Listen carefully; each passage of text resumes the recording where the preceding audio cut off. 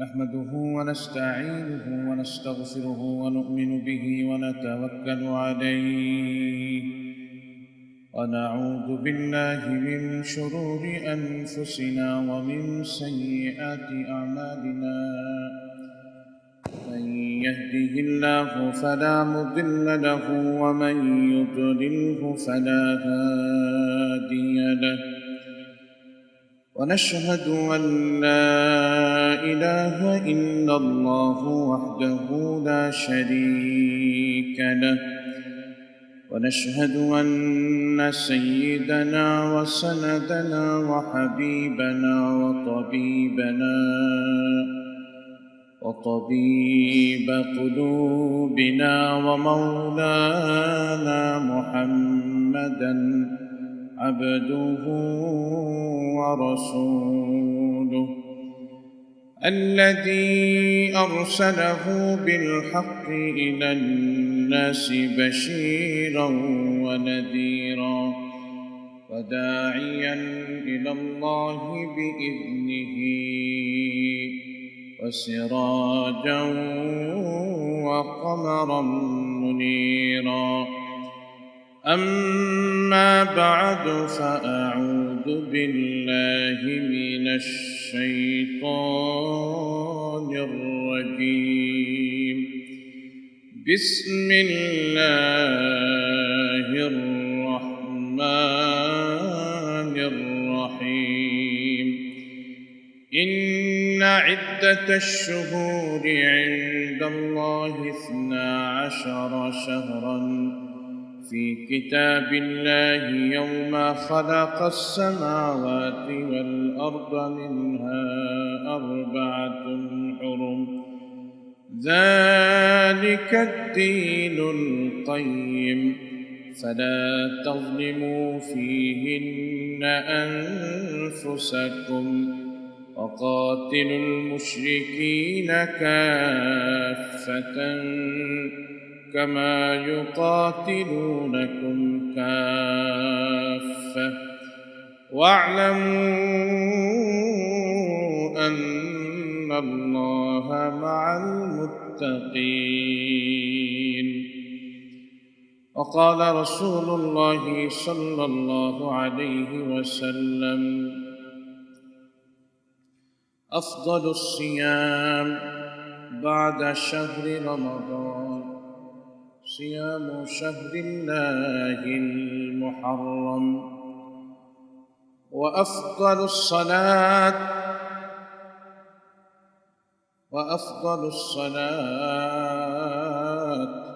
صلاة الليل أو كما قال عليه الصلاة والسلام.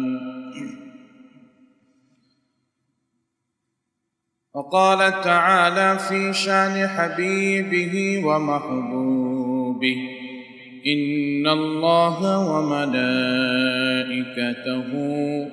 يصلون على النبي يا أيها الذين آمنوا صلوا عليه وسلموا تسليما. اللهم صل على محمد وعلى آل محمد كما صليت على إبراهيم وعلى آل إبراهيم إنك حميد مجيد. اللهم بارك على محمد وعلى آل محمد كما باركت على إبراهيم وعلى آل إبراهيم إنك حميد مجيد. بلغ العلا بكماله كشف الدجى بجماله حسنت جميع خصاله صلوا عليه وآله یا رب ہمیں دے دو عشق محمد اور محمد میں گن ہو محمد ہی محمد ورد ہمارا رات و دن بلغ العلا بکمالہ کشف الدجى بجماله حسنت جميع خصاله صلوا عليه وآله صدق الله العظيم وصدق رسوله النبي الأمي الكريم ونحن على ذلك من الشاهدين والشاكرين والحمد لله رب العالمين معزز مکرم বিশ্ব দরবারের মালিক বিশ্ব প্রতিপালকের দরবারে আলী শানে লক্ষ কোটি শুকর ও সুজুদ যেই মহান রব্বুল আলামিন অত্যন্ত দয়া করে মায়া করে অনুগ্রহ করে ভালোবেসে পছন্দ করে আমাকে আপনাকে 1447 হিজরি সনের প্রথম তারিখের প্রথম জুমায় আল্লাহ তাআলার ঘর মসজিদে আগে আগে আসার বসার জন্য তৌফিক দান করেছেন। এজন্য মহান রবের দরবারে দিল থেকে শুকরিয়া আদায় করে বলি আলহামদুলিল্লাহ। সম্মানিত হাজিরিন, আজকে হিজরি সন তথা ইসলামী পঞ্জিকার বছরের প্রথম দিন 1447 হিজরি সনের আজকে পহেলা তারিখ, প্রথম তারিখ। সেই হিসাবে আবার ওইদিকে জুমার দিন পড়েছে আজকে। আমার ভাইরা, আরবি শেষ মাস হচ্ছে জিলহজ, আর 12 মাসের প্রথম মাস হচ্ছে মুহররম মাস। মুহররম মাসের অনেক ফজিলত হাদিস শরীফের মধ্যে বর্ণিত হয়েছে। কোরআনে কারীমে আল্লাহ তাআলা এই মাসের শ্রেষ্ঠত্ব সম্পর্কে বলেছেন। আমার ভাইরা, এই মাসকে আল্লাহর রাসূল সাল্লাল্লাহু আলাইহি ওয়াসাল্লাম আল্লাহর মাস হিসেবে অবহিত করেছেন। সুবহানাল্লাহ। আল্লাহ তাআলা কোরআনে কারীমের মধ্যে বলেন, ইন্না ইদ্দাতাশ শুহুরি ইনদাল্লাহি 12 শাহরান ফি কিতাবিল্লাহি ইয়াওমা খালাকাস সামাওয়াতি ওয়াল আরদা মিনহা আরবাআতুন হুরুম। যেই দিন আল্লাহ এই আসমান জমিন পৃথিবী সৃষ্টি করেছেন, সেই দিন থেকেই গণনায় মাস 12টি। গণনায় মাস কয়টি? 12টি। আরবাআতুন হুরুম মিনহা আরবাআতুন হুরুম, এর মধ্য থেকে 4টি মাস রয়েছে সম্মানিত। এই 4টি সম্মানিত মাসের তৃতীয় মাসই হচ্ছে মুহররম মাস। তৃতীয় মাসই হচ্ছে মুহররম মাস। যুলকাদা, যুলহজ্জা, মুহররম, 3টা সিরিয়ালে। এরপরে আরেকটা যে হচ্ছে রজব মাস। আরেকটা কি? রজব মাস। আমার ভাইয়েরা, এই 4 মাসকে সম্মানিত মাস হিসেবে আল্লাহ তাআলা অবহিত করেছেন। যেই 4 মাসকে জাহেলি যুগের মানুষেরা সম্মানিত মাস হিসেবে পরিগণিত করত। আমার ভাইয়েরা, এই 4 মাসের মধ্যে অন্যতম মাস হলো এই মুহররম মাস। হযরত রাসূল করিম সাল্লাল্লাহু আলাইহি ওয়াসাল্লাম বলেছেন, আফদালুস সিয়াম বাদা শাহরি রমাদান সিয়ামু শাহরিল্লাহিল মুহররম। সর্বোত্তম সিয়াম, রমজানের সিয়ামের পরে সর্বোত্তম সিয়াম, শ্রেষ্ঠ সিয়াম হচ্ছে মুহররম মাসের সিয়াম। সুবহানাল্লাহ। ওয়া আফদালুস সালাত বাদাল ফরিদা সালাতুল লাইল। রাসূলুল্লাহ বলেন, আর ফরজ নামাজের পরে সর্বোত্তম নামাজ হলো রাতের নামাজ। সুবহানাল্লাহ। ভাইরা আমার, বন্ধুরা আমার, আল্লাহ তাআলা এই মুহররম মাসকে আল্লাহ তাআলার মাস হিসেবে, বিশ্বনবী মুহররম মাসকে আল্লাহর মাস হিসেবে অবহিত করেছেন। আমার ভাইয়েরা, প্রশ্ন আসে, তাহলে কি অন্য যেই মাসগুলি রয়েছে এই মাসগুলি আল্লাহর নয়? ওই মাসগুলো আল্লাহর। ওই মাসগুলিও কার? ওই মাসগুলিও আল্লাহ তাআলার। আমার ভাইয়েরা, তবে ওই মাসগুলির চেয়ে আল্লাহ তাআলা এই মাসকে বেশি সম্মানিত করেছেন। যেমন পৃথিবীতে যত ঘর আছে সব ঘর কার? আল্লাহর। কিন্তু সবগুলাই বাইতুল্লাহ না। সবগুলা কি না? বাইতুল্লাহ না। বাইতুল্লাহর আলাদা মর্যাদা আছে না নাই? আমার ভাইরা, ঠিক তেমনই ভাবে সবগুলি মাস, সবগুলি দিন, সবগুলি সপ্তাহ, এই সবগুলি আল্লাহ। তবে এর মধ্য থেকে আল্লাহ তাআলা এই মাসটাকে বেশি সম্মানিত করেছেন। সুবহানাল্লাহ। এই জন্য আমার ভাইরা, এই মুহররম মাস আসলেই রাসূলুল্লাহ সাল্লাল্লাহু আলাইহি ওয়াসাল্লাম এবং রাসূলুল্লাহর সাহাবীরা অধিক পরিমাণে সিয়াম পালন করতেন, অধিক পরিমাণে নফল সিয়াম পালন করতেন, অধিক পরিমাণে সালাত আদায় করতেন, অধিক পরিমাণে ইস্তেগফার করতেন, অধিক পরিমাণে ইস্তেগফার করতেন। মুহররম মাসের 10 তারিখ হলো আশুরার দিন। 10 তারিখ আশুরার দিন। এই আশুরার দিনে রোজা রাখা, সিয়াম পালন করা এটা মুস্তাহাব। রাসূলুল্লাহ সাল্লাল্লাহু আলাইহি ওয়াসাল্লাম বলেন, সিয়ামু ইয়াউমি আশুরা আহতাসিবু আলাল্লাহ আন ইউকাফিরা আস-সানাতা আল্লাতী ক্বাবলাহ। আশুরার দিনের রোজার ব্যাপারে আমি আল্লাহ তাআলার কাছে আশাবাদী যে তিনি পূর্ববর্তী 1 বছরের গুনাহ মাফ করে দিবেন। সুবহানাল্লাহ। রাসূলুল্লাহ সাল্লাল্লাহু আলাইহি ওয়াসাল্লাম যতদিন মক্কায় ছিলেন, এই মুহররম মাসের 10 তারিখে আশুরার দিনে রাসূলুল্লাহ সিয়াম পালন করতেন, রোজা রাখতেন, নিজে নিজে রোজা রাখতেন।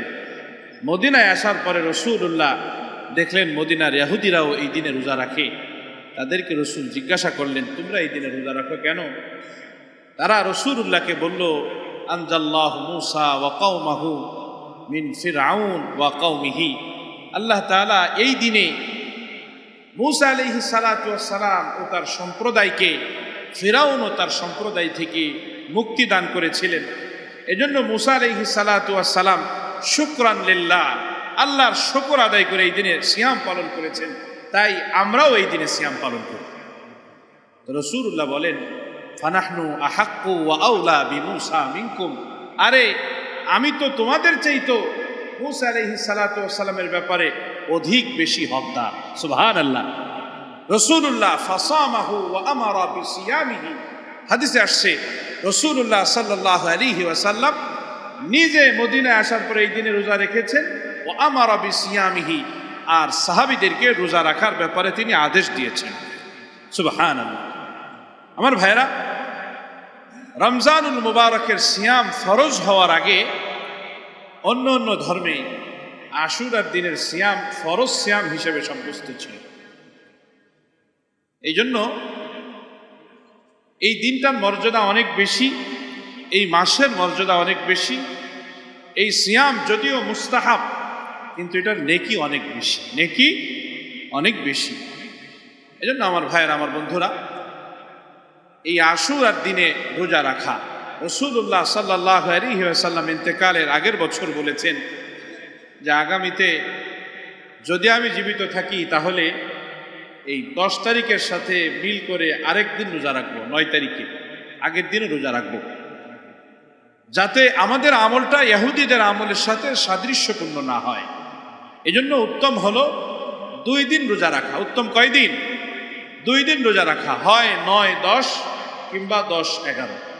যদি কেউ 9, 10 রাখতে না পারে তাহলে 10, 11 তারিখ 2 দিন সিয়াম পালন করবে। তাহলে আমাদের এই ইবাদতটা ইহুদিদের সাথে সাদৃশ্যপূর্ণ হলো না, বরং আমাদের এই ইবাদতটা আমাদের রাসূল সিয়াম পালন করেছেন, তাই আমরা সিয়াম পালন করি, আর রাসূলের সাথে ইসলামের সাথে সাদৃশ্যপূর্ণ হয়ে গেল। আমার ভাইয়েরা, আমার বন্ধুরা, এই তো গেল সিয়াম পালনের বিষয়। এক তো হলো রোজা রাখতে হবে, আরেকটা হলো ইস্তেগফার। বুখারী শরীফে হাদিস আসছে, রাসূলুল্লাহ সাল্লাল্লাহু আলাইহি সাল্লাম লম্বা হাদিসের শেষাংশে রাসূলুল্লাহ বলেছেন যে প্রতিটা দিনই মানুষের জন্য নতুন দিন। এরপরে রাসূলুল্লাহ সাল্লাল্লাহু আলাইহি সাল্লাম বলেছেন যে এই মুহররম মাসের মধ্যে এমন একটা দিন আছে, ফিহি ইয়াউমুন তাবাল্লাহু আলা কওমিন, আল্লাহ তাআলা এই মাসে এমন এক দিন আছে যেই দিনে এক সম্প্রদায়ের তওবাকে আল্লাহ তাআলা কবুল করেছেন। সুবহানাল্লাহ। আবার পরবর্তীতেও যারা আসবে তারাও যদি এই দিনে তওবা করে তাহলে তাদের তওবাও আল্লাহ কবুল করবেন। সুবহানাল্লাহ। মুফাসসিরিন মুহাদ্দিসিন কেরাম বলেন যে মুহররম মাসের সেই দিনটা কোন দিন এটা নির্দিষ্ট করে বলাটা অনেক কঠিন, তবে রাসূলুল্লাহ সাল্লাল্লাহু আলাইহি ওয়াসাল্লাম এবং আল্লাহ তাআলার নির্দেশনাবলী থেকে বোঝা যায় এই দিনটা 10ই মুহররম। সুবহানাল্লাহ। আমার ভাইয়েরা, এক কথায় এই পুরো মুহররম মাসটাকেই আল্লাহ তাআলা দামি করেছেন, ইবাদতের মৌসুম হিসাবে আল্লাহ তাআলা আমাদের জন্য দান করেছেন। এই জন্য আমার ভাইয়েরা, আমার বন্ধুরা, দুইটা ইবাদত আমরা শিখলাম। একটা হলো সিয়াম পালন করা, একটা কি সিয়াম, আরেকটা শিখেছি ইস্তেগফার করা। আরেকটা কি শিখেছি? ইস্তেগফার করা। অধিক পরিমাণে ইস্তেগফার করতে হবে। ইস্তেগফারের জন্য দুইটা পদ্ধতি। একটা পদ্ধতি হলো আস্তাগফিরুল্লাহ রাব্বি মিন কুল্লি যামবিন ওয়া আতুবু ইলাইহি লা হাওলা ওয়ালা কুওয়াতা ইল্লা বিল্লাহিল আলিয়্যিল আযীম, এইভাবে ইস্তেগফার পড়া। আরেকটা হলো আল্লাহ তাআলার কাছে তওবা করা। তওবার মাধ্যমে ইস্তেগফার হয়। আল্লাহ তাআলার কাছে নিজের জীবনের কৃত গুনাহের থেকে আল্লাহ তাআলার কাছে তওবা করা। তওবা করার জন্য কোরআনে মাজিদে যেই শব্দগুলি আল্লাহ তাআলা দিয়েছেন, যেই শব্দগুলি দিয়ে নবী ও রাসূলগণ আল্লাহ তাআলার কাছে দোয়া করেছেন, ওই শব্দগুলি সরাসরি হুবহু ওই শব্দগুলি ব্যবহার করেই আল্লাহর কাছে ক্ষমা চাওয়া। হাদিস শরীফে রাসূলুল্লাহ যেই শব্দগুলি বলেছেন, যেই বাক্যমালাগুলি বলেছেন, এই শব্দগুলি, এই বাক্যমালাগুলি বলেই সরাসরি আল্লাহ তাআলার কাছে তওবা করা, ইস্তেগফার করা, ক্ষমা চাওয়া, এটা উত্তম। তবে হ্যাঁ, যদি কেউ নিজ ভাষায়, নিজ শব্দে, যে কোনো শব্দেই আল্লাহ তাআলার কাছে ক্ষমা চায়, সেটাও আল্লাহ তাআলার কাছে গ্রহণযোগ্য। কারণ সকল ভাষাই আল্লাহর। সকল ভাষাই কার দান? আল্লাহর দান। ওমা আরসালনা মির রাসূলিন ইল্লা বিলিসানি কওমিহি লিয়ুবাইয়িনা লাহুম। সব ভাষাই আল্লাহ, সমস্ত ভাষাই আল্লাহ তাআলা দিয়েছেন। এজন্য মানুষ যে ভাষায় আল্লাহকে ডাকুক না কেন, সেই ভাষাই তার সেই ডাককে কে শুনেন? বলেন আল্লাহ। সেই ভাষার ডাকই শুনেন, আর সেই ডাকেই আল্লাহ বান্দার ডাকে সাড়া দেন। এজন্য আমার ভাইয়ের, আমার বন্ধুরা, উত্তম হলো কোরআন ও হাদিসে বর্ণিত শব্দগুলিতে দোয়া করা, ওই শব্দগুলি দিয়ে দোয়া করা। কারণ ওই শব্দগুলি তো আল্লাহ তাআলার কাছে খুব পরিচিত। ওই শব্দগুলি তো আল্লাহ তাআলার প্রিয় বান্দারা উচ্চারণ করে আল্লাহ তাআলার কাছে ক্ষমা চেয়েছেন, মাফ চেয়েছেন, ইস্তেগফার করেছেন। এই জন্য ওই শব্দগুলি বেশি বলা, এটা হলো উত্তম। কিন্তু নিজে যদি নিজের মতো করে নিজের গুনাহের জন্য রবের কাছে ক্ষমা চাওয়া যায়, এটাও আল্লাহ কবুল করবেন। এটার মাধ্যমে আল্লাহ আমাদেরকে ক্ষমা করবেন। এই জন্য আমার ভাই, দুইটা আমলের কথা বলেছি। একটা হলো দুইটা সিয়াম রাখা, দুইটা সিয়াম পালন করা, রোজা রাখা। কয়টা রোজা রাখা বলেন? দুইটা রোজা রাখা, 9, 10 কিংবা 10, 11। আরেকটা হলো আপনার ইস্তেগফার পড়া, অধিক পরিমাণে তওবা করা, যা হাদিসে পাওয়া যায়। এই ছাড়া অন্য কোনো ইবাদত এই মুহররম মাসে অতিরিক্ত নফল অন্য কোনো ইবাদতের ব্যাপারে হাদিস শরীফে পাওয়া যায় না। আমার ভাইয়ের, আমার বন্ধুরা, সমস্যা হয়ে গেছে ভিন্নটা। এখন আমাদের দেশের কিছু মানুষের আকীদা, কিছু মানুষের বিশ্বাস হলো যে মুহররম মানে মনে হয় কারবালার ঘটনা। ঠিক কি ঠিক না বলেন? কিছু মানুষ মনে করে যে মুহররমের এই ইবাদত বন্দেগী, মুহররমের এই শ্রেষ্ঠত্ব, এটা মনে হয় কারবালার ঘটনার কারণে। আমার ভাইয়েরা, আমাদেরকে বুঝতে হবে দ্বীন ও ইসলাম এটা সুসংরক্ষিত। হযরত রাসূল করিম সাল্লাল্লাহু আলাইহি ওয়াসাল্লামের ওফাতের মাধ্যমে, রাসূলুল্লাহর ইন্তেকালের মাধ্যমে শরীয়তের সমস্ত বিধিবিধান এটা নতুন করে আসা এবং কোনোটা রহিত হয়ে যাওয়া, এই দরজা বন্ধ হয়ে গেছে।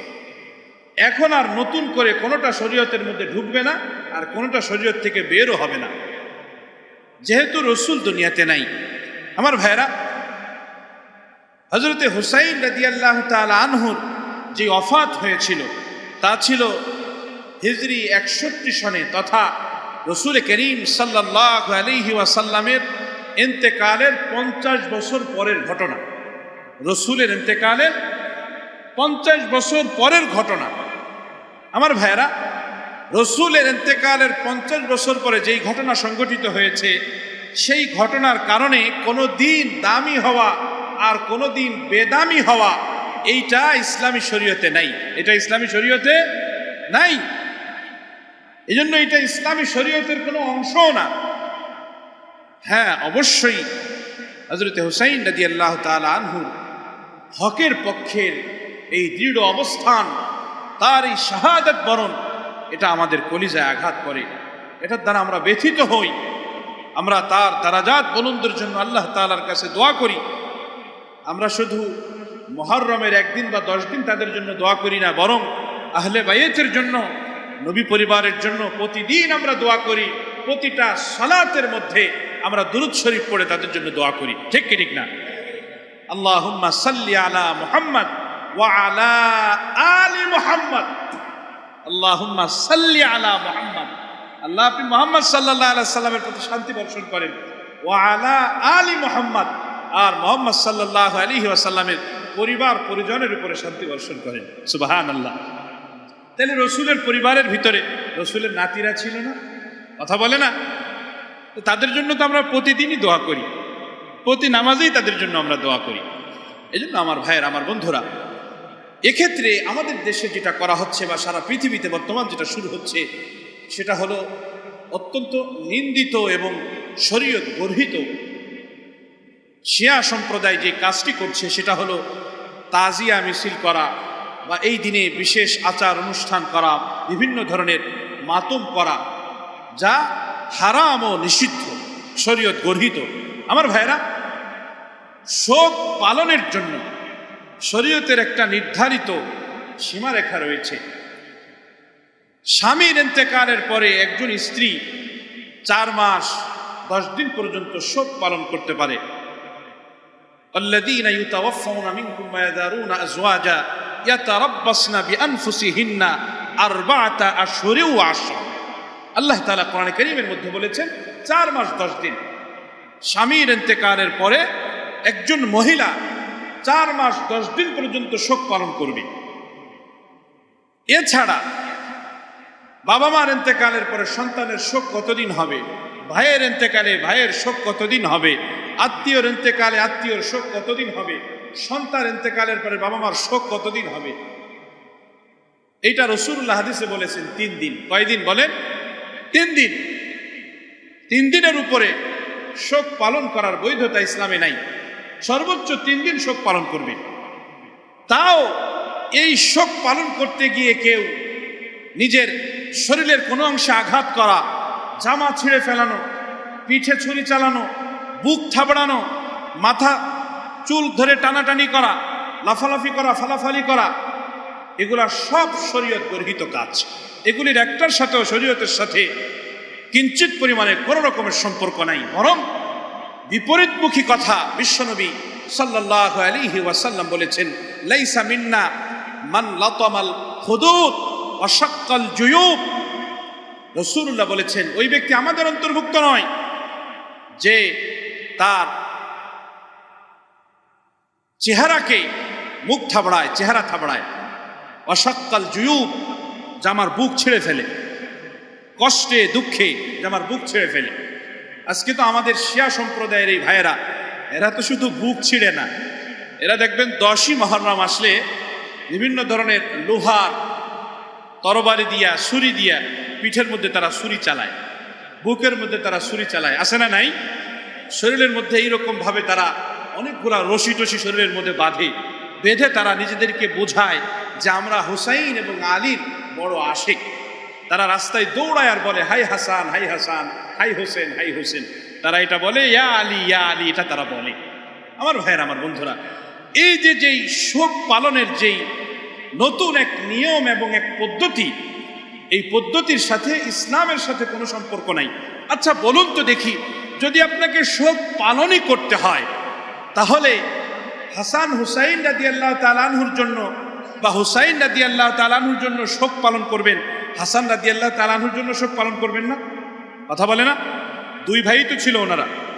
হুসাইন রাদিয়াল্লাহু তাআলা আনহুর ওয়াফাতের জন্য শোক পালন করবেন, তো হাসান রাদিয়াল্লাহু তাআলা আনহুর ওয়াফাতের দিনে শোক পালন করবেন না? ওনার ওয়াফাত কত তারিখে এটা তো উম্মাহ জানেই না।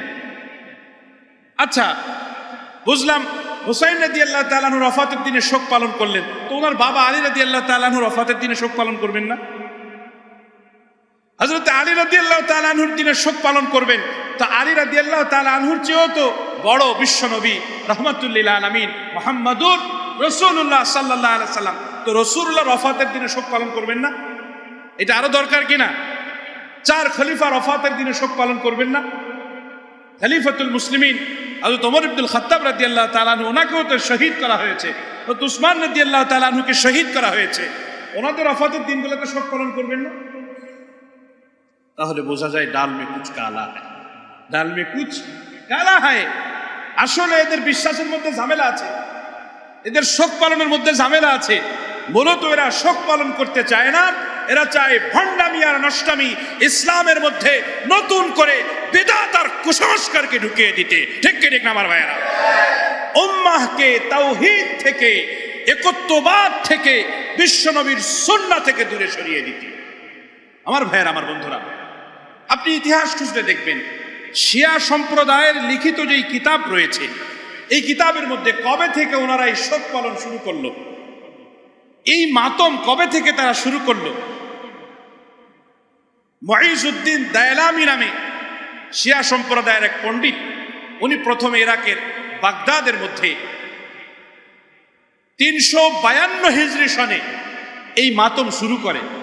হযরত হুসাইন রাদিয়াল্লাহু তাআলা আনহুর ওয়াফাত হয়েছিল 61 হিজরিতে, আর মুহররম মাসের 10ই মুহররম কারবালা বা এই মুহররম উপলক্ষে এই মাতম করা, শোক করা, এটা শুরু হয়েছে কত সালে? 352 হিজরিতে। 300 বছর পরে। কয়শো বছর পরে? 300 বছর পরে এটা শুরু হয়েছে। আর এই যে আমরা দেখি যে একটা মূর্তির মতো বানায় হুসাইন রাদিয়াল্লাহু তাআলা আনহুর নামের উপরে, নাউজুবিল্লাহ, এবং এটার দিকে মুখ করে সবাই চলে, এটার দিকে পিট করা যায় না, এটার সাথে কোনো ধরনের বেয়াদবি করা যায় না, এই যে আকীদাগুলি, সব আকীদাগুলি ভ্রান্ত আকীদা। আমার ভাইয়েরা, তো এই তাজিয়া নির্মাণ, তাজিয়া বানানো, এটা শুরু হয়েছে হুসাইন রাদিয়াল্লাহু তাআলা আনহুর ইন্তেকালের 1000 বছর পরে। কত বছর পরে? 1000 বছর পরে। তাহলে বোঝা যায় এই আচার অনুষ্ঠানের সাথে ইসলামের সাথে কোনো ধরনের সম্পর্ক নাই। আমার ভাইয়েরা, আমার বন্ধুরা, দেখুন ইসলামের শোক পালনের নির্দিষ্ট যেই পন্থা পদ্ধতি রয়েছে, একজন মুসলমানকে সেটাই অবলম্বন করতে হবে, এর বাইরে যাওয়ার সুযোগ কোনো মুসলমানের জন্য নাই। এজন্য আমাদেরকে ঘুরে ফিরে রাসূলুল্লাহর সুন্নাহর দিকে আমাদেরকে ফিরতে হবে। নবীজির সাহাবীরা যেই পদ্ধতিতে যেইভাবে শোক পালন করেছে, সেই পদ্ধতিতে সেইভাবে শোক পালন করতে হবে, এর বাইরে যাবার কোনো সুযোগ আমাদের জন্য নাই। আমার ভাইয়েরা, আমার বন্ধুরা, যাই হোক, আমি আপনাদেরকে যেই কথা বলতেছিলাম, অনেক ভোলা ভালা মুসলমান আছে, এরাও গিয়ে এই শিয়া সম্প্রদায়ের এই ভাইদের সাথে যোগদান করে তাজিয়া মিছিলে। এই ইসলামের মিছিলই তো হচ্ছে, ওই পতাকায় তো লা ইলাহা ইল্লাল্লাহ মুহাম্মাদুর রাসূলুল্লাহ লেখা তো আছে, লাল পতাকা, সবুজ পতাকা, বিভিন্ন কিছুই তো আছে। আরও তোরা ইসলামের কাজই তো করতেছে, ওরা তো আর গান বাজনা বাজাচ্ছে, হুজুররা এই জায়গাও ফতোয়াবাজি করে। আমার ভাই, ইসলামের নাম বললেই সবটা ইসলামী হয়। কারবার করেন সুদে, নাম দিয়েছেন ইসলামী ব্যাংক, আছে না এরকম অনেক ইসলামী ব্যাংক আমাদের দেশে? তো নাম দিলে কি হয়েছে? ইসলামী ইন্স্যুরেন্স নাম দিছে, কিন্তু আসলে এর ভিতরে ইসলামের কিচ্ছু নাই। এর ভিতরে ইসলামের কি নাই? কিচ্ছু নাই, ভণ্ডামি আর বাটপাড়ি। মুসলমানদের আইওয়াসের জন্য তারা ইসলামী নামকে ব্যবহার করেছে, কারণ তারা দেখেছে যে ইসলামের নামকে ব্যবহার করলে অতি সহজেই এই দেশের মানুষের মন কেড়ে নেওয়া যায়, এই দেশের মানুষকে আকৃষ্ট করা যায়, যারই কারণে ইসলামের নামটাকে তারা ব্যবহার করেছে। এই জন্য আমার ভাইয়ের, আমার বন্ধুরা, আমাদেরকে সাবধান থাকতে হবে, আমাদের আকীদা বিশ্বাস যেন নষ্ট না হয়ে যায়। এই দিনের শ্রেষ্ঠত্ব পৃথিবীর শুরু থেকেই, এই মুহররম মাসের শ্রেষ্ঠত্ব কবে থেকে বলেন? পৃথিবীর শুরু থেকে। এই দিনে আল্লাহ তাআলা মূসা আলাইহিস সালাতু ওয়াস সালামকে এবং তার জাতিকে আদম আলাইহিস সালাতু ওয়াস সালাম থেকে, ফিরাউন এবং তার স্বজাতি থেকে আল্লাহ তাআলা মুক্তি দিয়েছেন।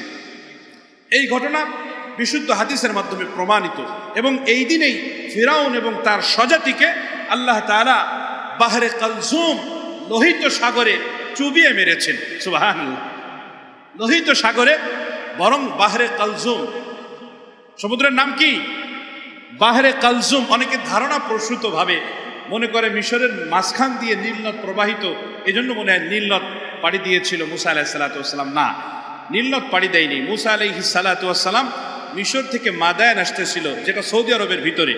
সৌদি আরব এবং মিশরের মাঝখানের যে সাগর, এই সাগরের নাম হচ্ছে আপনার বাহরে কালজুম বলে আরবিতে, আর আমাদের বাংলায় বলে লোহিত সাগর। বাংলায় কি বলে? লোহিত সাগর। আমার ভাইয়েরা, এটা ছিল লোহিত সাগর। যাই হোক, এই লোহিত সাগর পাড়ি দিয়েছেন হযরত মুসা আলাইহিস সালাতু ওয়াস সালাম। কোন কোন মানুষের মুখে, লোক মুখে শোনা যায় যে মুহররমের 10 তারিখে কিয়ামত হবে। শুনছেন আপনারা এরকম কোন ফতোয়া? কথা কেন শুনছেন না? কিয়ামত হবে কবে? মুহররমের 10 তারিখে। এই ক্ষেত্রেও বর্ণিত যে হাদিস আছে, এটা সম্পূর্ণ জাল এবং ভিত্তিহীন মওযু বর্ণনা। কারণ কোরআনে কারীমে আল্লাহ তাআলা বলেছেন, ইন্নাল্লাহা ইনদাহু ইলমুস সাআহ ওয়া মা তাদরি নাফসুন মাযা তাকসিবু গাদা ওয়া মা তাদরি নাফসুন বিআই আরদিন তামুত। ইন্নাল্লাহা ইনদাহু ইলমুস সাআহ, নিশ্চয়ই আল্লাহ তাআলার কাছেই কেবল কিয়ামতের ইলম রয়েছে, কিয়ামতের জ্ঞান রয়েছে। সুবহানাল্লাহ। কিয়ামত কবে হবে এটা জানে কে? আল্লাহ। বিশ্বনবী কিছু আলামত বলেছেন হাদিসের মধ্যে। কিয়ামতের আগে অশিক্ষিত মূর্খ লোকেরা সমাজের অধিপতি হবে, মাতবারি করবে, নেতামি করবে। যার পায়ে জুতা ছিল না, গায়ে জামা ছিল না, এরাও বড় বড় বাড়িওয়ালা, গাড়িওয়ালা, লিডার বনে যাবে। এরকম আরো অনেকগুলাকে রাসূলুল্লাহ কিয়ামতের আলামত হিসেবে অবহিত করেছেন। হাদিস শরীফের মধ্যে আসছে, সন্তানরা পিতামাতার অবাধ্য হয়ে যাবে, গান বাজনা বেশি হবে, গায়িকা নায়িকা নর্তকীদেরকে মানুষ সম্মান করবে, সমাজের মধ্যে তাদেরকে বিভিন্ন জায়গায় ডেকে ডেকে বিভিন্ন পদ পদবি দিবে। আছে না নাই? বিগত সরকারগুলিতেও ছিল, সামনে যারা আসবে দেখবেন তাদের ওইখানেও থাকবে। নায়িকা নায়িকা একদম সবাই জানে এটা বেশ্যা। এটা কি? বেশ্যা। বেশ্যারে জাতীয় সংসদের মতো এরকম গুরুত্বপূর্ণ একটা জায়গায় এক বা দুইজন ব্যক্তির মনে চাইছে তাই তারা ধরে নিয়ে জনগণের কোন ম্যান্ডেট ছাড়া সংসদ সদস্য বানাই দিছে। আছে না নাই? হ্যাঁ, এগুলা কিয়ামতের আলামত। এগুলা কি? কিয়ামতের আলামত আমার ভাই। আগেও যারা করেছে এরা করেছে, সামনেও যারা আসবে তারাও কি করবে। কারণ আমরা তো সচেতন না, আমরা তো সচেতন না। ভালো মানুষ রাষ্ট্র ক্ষমতায় আসুক, রাষ্ট্র পরিচালনা করুক, এগুলো আমাদের দেশের মানুষ চায় না, চায় না। যদি চাইতো তাহলে ঘুষখোর, সুদখোর, চাঁদাবাজ, এই লম্পটদের পিছনে পিছনে দেশের মানুষ দৌড়াইতো না। ঠিক কি ঠিক না আমার ভাইয়েরা?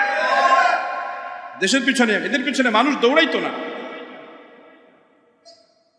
তার মানে মূল বুঝ হলো, আমরা আলেমদেরকে বা ভালো মানুষদেরকে মসজিদের মেম্বারে দেখতে চাই, জায়নামাজে দেখতে চাই। তারা যে রাষ্ট্র পরিচালনা করুক, রাষ্ট্রের বিভিন্ন দায়িত্বে আসুক, এটাই দেশের মানুষ চায় না। স্বাধীনতার পরে বাংলাদেশের ইতিহাসে এই যে লম্বা সময় পর্যন্ত একজন আলেমকে ধর্ম উপদেষ্টার দায়িত্ব দেওয়া হয়েছে, যারই কারণে গত যে হজ গিয়েছে, এই বছরের হজে এশিয়া মহাদেশের মধ্যে বাংলাদেশ হজ ব্যবস্থাপনায় ফার্স্ট হয়েছে, 1 নম্বর হয়েছে। সুবহানাল্লাহ কইলেন না? এইরকম যদি আলেমদেরকে সমাজের সর্বত্র দায়িত্ব দেওয়া যায়, ইনশাআল্লাহ এই দেশের স্বাধীনতা অক্ষুণ্ণ থাকবে, মানবতা বিপন্ন হবে না, মানবিক অধিকার বিপন্ন হবে না। প্রত্যেকটা মানুষ তার হক আর তার অধিকার যথাযথভাবে ফিরে পাবে। ঠিক কি ঠিক না আমার ভাইয়েরা? আপনাদেরকে সজাগ থাকতে হবে, সজাগ থাকতে হবে। কাকে ভোট দিবেন এটা আমানত। ভোটের আগে ভোটের বয়ান করবো ইনশাআল্লাহ। কোথায় ভোট দিবেন, কার পিছনে দৌড়াবেন, কার প্রশংসা করবেন। দোকানে দোকানে কত নেতার প্রশংসা, সেও জানে এর চেয়ে বাজে মানুষ, এর চেয়ে বড় চাঁদাবাজ, এর চেয়ে বড় লম্পট এই সমাজে আর একটা নাই। এরপরেও তার প্রশংসা করতে থাকে কিছু মানুষ। আজীব কথা। আল্লাহ আমাদেরকে হেফাজত করে, বলি আমিন। নিজের মেধাটাকে কারোর কাছে বিক্রি করেন না, কোনো মানুষের গোলাম হয়েন না। নিজের মেধাকে আল্লাহ রসুলের শরীয়তের সামনে এটাকে বিনয় করেন, নত করেন। আল্লাহ রসুলের সামনে নত করেন এটাকে। আলেম মূল উদ্দেশ্য না। মূল উদ্দেশ্য হলো যেই ব্যক্তি কোরআন মানবে, সুন্নাহ মানবে, কোরআন ও সুন্নাহ অনুযায়ী তার ব্যক্তি জীবন, পারিবারিক জীবন, সামাজিক জীবন, রাষ্ট্রীয় জীবন পরিচালনা করবে, আমি তার অনুসরণ করব। কথা ঠিক? আলেম হওয়ার দরকার নেই। আমরা এই কথা বলি না আলেমের অনুসরণ করেন আপনি। যদি কেউ ব্যক্তি জীবন, পারিবারিক জীবন, সামাজিক জীবন, রাষ্ট্রীয় জীবন আল্লাহ আল্লাহর রসুলের বিধান অনুযায়ী পরিচালনা করতে চায়, আমরা তার সাথে আছি। কথা ঠিক? আমরা তার সাথে আছি। এখন যদি কোনো আলেম চায়, আমরা তার সাথে আছি। কোনো সাধারণ মানুষ, কোনো অ্যাডভোকেট সাহেব, কোনো জজ সাহেব, কোনো ব্যারিস্টার সাহেব, কোনো রাজনীতিবিদ যদি এটা চায়, তা আমরা তার সাথে আছি, অসুবিধা নেই তো। কিন্তু দেখবেন এটা তারা চায় না। এটা তারা কি চায় না? কারণ এটা চাইলেই তো তাদের সমস্যা। টেন্ডারবাজি থাকবে না, ধান্দাবাজি থাকবে না, বাটপারি সিটারি থাকবে না, বিদেশে টাকা পাচার করা থাকবে না, এগুলো সব বন্ধ হয়ে যাবে। আল্লাহু আকবার, আল্লাহু আকবার। আমার ভাইয়েরা, আমি আপনাদেরকে যেই কথা বলতেছিলাম যে আশুরা সম্পর্কে কিছু ভ্রান্ত কথাবার্তা আমাদের সমাজের মাঝে প্রচারিত রয়েছে যে কিয়ামত হবে এই 10ই মুহররম আশুরার দিনে। এটা সম্পূর্ণ ভ্রান্ত এবং ভিত্তিহীন একটা কথা। এই সম্পর্কে বিস্তারিত লিখেছেন হাম্বলি মাযহাবের একজন ইমাম, প্রসিদ্ধ ইমাম আল্লামা ইবনে রজব হাম্বলি রাহমাতুল্লাহ আলাইহি, ওনার লেখা কিতাব লাতাইফুল মাআরিফ, এটার মধ্যে উনি বিস্তারিত এই সম্পর্কে লম্বা আলোচনা তিনি করেছেন। এই মুহররম উপলক্ষে, আশুরা উপলক্ষে যে সমস্ত কথা মানুষ বলে থাকে যে হযরত আদম আলাইহিস সালাতু ওয়াস সালাম এই দিনে পৃথিবীতে আসছে, এই ব্যাপারে আত-তারগীব আত-তারহীবের মধ্যে একটা হাদিস আসছে যে হাদিসের সনদ একদম দুর্বল। যে হাদিসের সনদ কি একদম দুর্বল। অনেকে বলে থাকেন যে এই দিনে হযরত নূহ আলাইহিস সালাতু ওয়াস সালামের কিস্তি এই 10ই মুহররমে আশুরার দিনে এটা যদি পাহাড়ে গিয়ে অবতরণ করেছিল, থেমে গিয়েছিল। এই বর্ণনাটাও আত-তারগীব আত-তারহীবের মধ্যে আছে, আল্লামা ইসফাহানী রাহমাতুল্লাহ আলাইহি এনেছেন। এটাও অত্যন্ত দুর্বল এবং নিতান্ত দুর্বল সনদে। আমার ভাইয়েরা, শক্তিশালী এবং মজবুত সনদে দুইটা ঘটনা বর্ণিত। একটা হলো মূসা আলাইহিস সালাতু ওয়াস সালাম এবং তার স্বজাতিকে এই দিনেই আল্লাহ মুক্তি দিয়েছেন ফিরআউন ও তার স্বজাতি থেকে, আর ফিরআউন ও তার স্বজাতিকে এই দিনেই আল্লাহ তাআলা বাহরে কালজুম, লোহিত সাগরে নিমজ্জিত করেছেন। এই দুইটা ঘটনা এটা বিশুদ্ধ বর্ণনায় পাওয়া যায়। আমার ভাইয়েরা, আর এই মাসের শ্রেষ্ঠত্ব এটা পৃথিবীর সূচনা লগ্ন থেকে নিয়ে, এটা কোন কিসের থেকে বলেন? পৃথিবীর সূচনা লগ্ন থেকে নিয়ে এই মাসের শ্রেষ্ঠত্ব। সুতরাং এই মাসের ইবাদত বন্দেগী রাসূলুল্লাহ সাল্লাল্লাহু আলাইহি ওয়াসাল্লাম করেছে, রাসূলুল্লাহ সাহাবীরা করেছে। আমার ভাইয়েরা, আমরা অন্য যে কোনো সময়ের চাইতে অবশ্যই বেশি ইবাদত বন্দেগী করব, বেশি নফল সিয়াম পালনের চেষ্টা করব। রাজি আছি তো ইনশাআল্লাহ? আর সমস্ত ভ্রান্ত বিশ্বাস থেকে, সমস্ত ভ্রান্ত কাজ থেকে আমরা বিরত থাকব। আপনি মুখে মুখে বললেন আমি তাওহীদপন্থী, কিন্তু কাজ করলেন এমন যা তাওহীদের পরিপন্থী, তাহলে অবশ্যই আপনি তাওহীদপন্থী থাকবেন না। এজন্য আমার ভাইয়ের, আমার বন্ধুরা, আমরাও হযরত হুসাইন রাদিয়াল্লাহু আনহু এর এই শাহাদাত বরণের কারণে আমরাও অত্যন্ত ব্যথিত, মর্মাহত, আমরা কষ্ট পাই। ওই পরিমাণ কষ্ট পাই যেই পরিমাণ কষ্ট পাওয়াটা শরীয়তে বৈধতা আছে। রাসূলুল্লাহ সাল্লাল্লাহু আলাইহি ওয়াসাল্লাম বলেছেন যে কেউ কষ্ট পাইলে তো আল্লাহ তাআলার কাছে তার করণীয় কি? প্রশ্ন আসে কিনা? যেমন আমি ব্যথা পাইছি, মুসিবত আসছে, এখন আমার করণীয় কি? মুসিবতে বিপদে করণীয় কি? মুসিবতে বিপদে যেই করণীয়গুলি রয়েছে এর মধ্যে অন্যতম একটা করণীয় হলো রাসূলুল্লাহ শিখাইছে এই দোয়া পড়তে হবে, ইন্না লিল্লাহি ওয়া ইন্না ইলাইহি রাজিউন, আল্লাহুম্মা আজিরনি ফি মুসিবাতি ওয়াখলুফ লি খায়রাম মিনহা। বিপদে মুসিবতে এই দোয়া পড়তে হবে। অন্তত পুরোটা না পড়তে পারলেও ইন্না লিল্লাহি ওয়া ইন্না ইলাইহি রাজিউন পড়া যাবে তো ইনশাআল্লাহ? আমরা মনে করি এটা মানুষ মরার দোয়া, ঠিক না? ঠিক না? বাংলাদেশের মানুষ আমরা মনে করি মানুষ মরে গেলে গেলে এটা পড়তে হয় না। বিদ্যুৎ চলে গেছে, একটা মুসিবত কিনা, তখনও পড়বেন ইন্না লিল্লাহি ওয়া ইন্না ইলাইহি রাজিউন। একটা লোক হুচট খেয়ে আপনার সামনে রাস্তা থেকে পড়ে গেছে, তো তখনও পড়বেন ইন্না লিল্লাহি ওয়া ইন্না ইলাইহি রাজিউন। আপনার বাসা থেকে ফোন আসছে, অমুকরে কারেন্টে শর্ট করছে, ইন্না লিল্লাহি ওয়া ইন্না ইলাইহি রাজিউন। অমুক জ্বর আক্রান্ত হয়েছে, অমুক এই বিপদে আক্রান্ত হয়েছে, অমুক অ্যাক্সিডেন্ট করছে।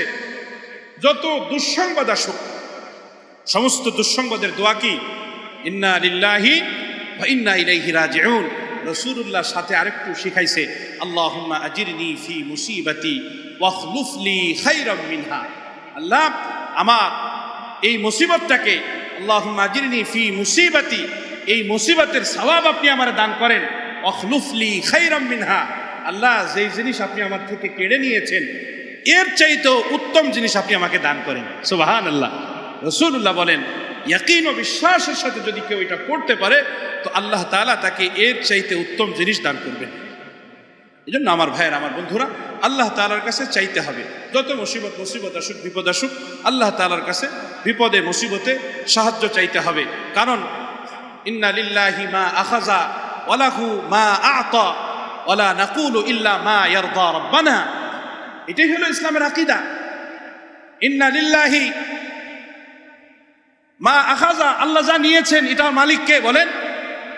আল্লাহ যাকে আমাদের থেকে নিয়ে গেছেন, যেই বস্তু আমাদের থেকে নিয়ে গেছেন এটার মালিক কে? ইন্না লিল্লাহি মা আখাযা। বুখারীর রওয়ায়াত রাসূলুল্লাহ বলেছেন ইন্না লিল্লাহি মা আখাযা, আল্লাহ যা নিয়েছেন এটার মালিক আল্লাহ। ওয়া লাহু মা আ'তা, আর যা তিনি আমাদেরকে দিয়েছেন এটার মালিকও কে?